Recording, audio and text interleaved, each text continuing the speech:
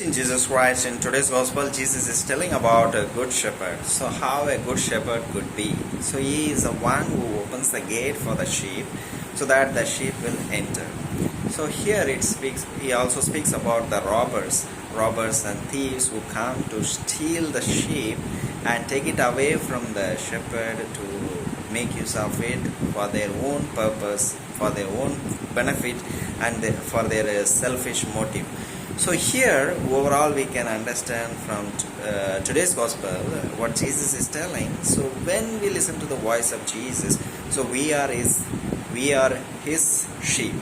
So like the Pharisees and Sadducees and scribes, they came before Jesus Christ. They are like thieves and robbers who were deviating people from worshiping God to somewhere else, like simply merely following the rules and regulations and so on. So like that, they were diverting them, and they were doing everything for their own purpose, for their selfish motive, and for themselves, not for God, but for themselves, for their pride, for their publicity, so that they will be looked a person of a great person among the people. So in that sense, they were doing those things.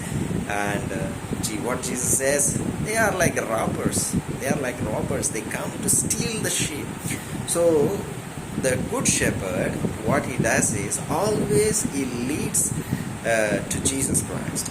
Always you see Jesus Christ is leading the people to God himself. In the Revelation we can see what Jesus would tell, what John would tell, that so until Jesus Christ puts all his enemies under his feet, and finally he will submit all the kingdom into the hands of God.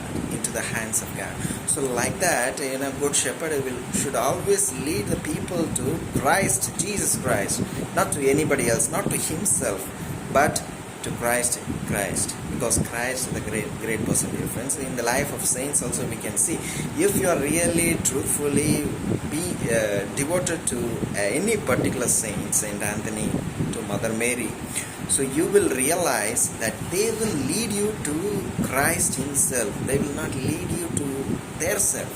They will not lead you to themselves, but they will lead you to Christ. So the devotion that you have on them will be converted to, will be changed, will be transformed to have devotion, or to create devotion towards Christ. So like that, they will always lead people to Christ. So same thing we also must do in our day-to-day lives, dear friends, so that we will lead the sheep to Christ himself. And also we need to realize and listen to the voice of Christ and recognize it in our day-to-day life. Thank you.